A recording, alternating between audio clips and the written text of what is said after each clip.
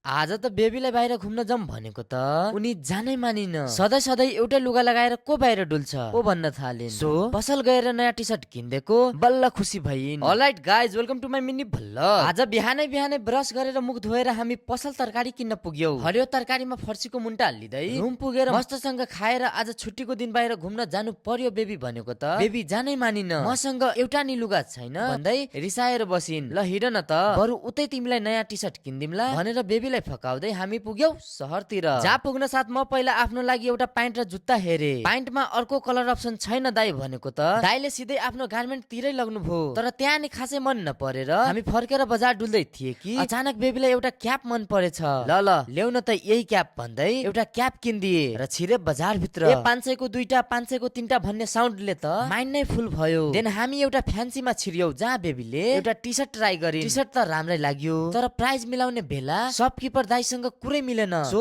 T short नलिइकन फर्के रुमतिर। धन्यवाद।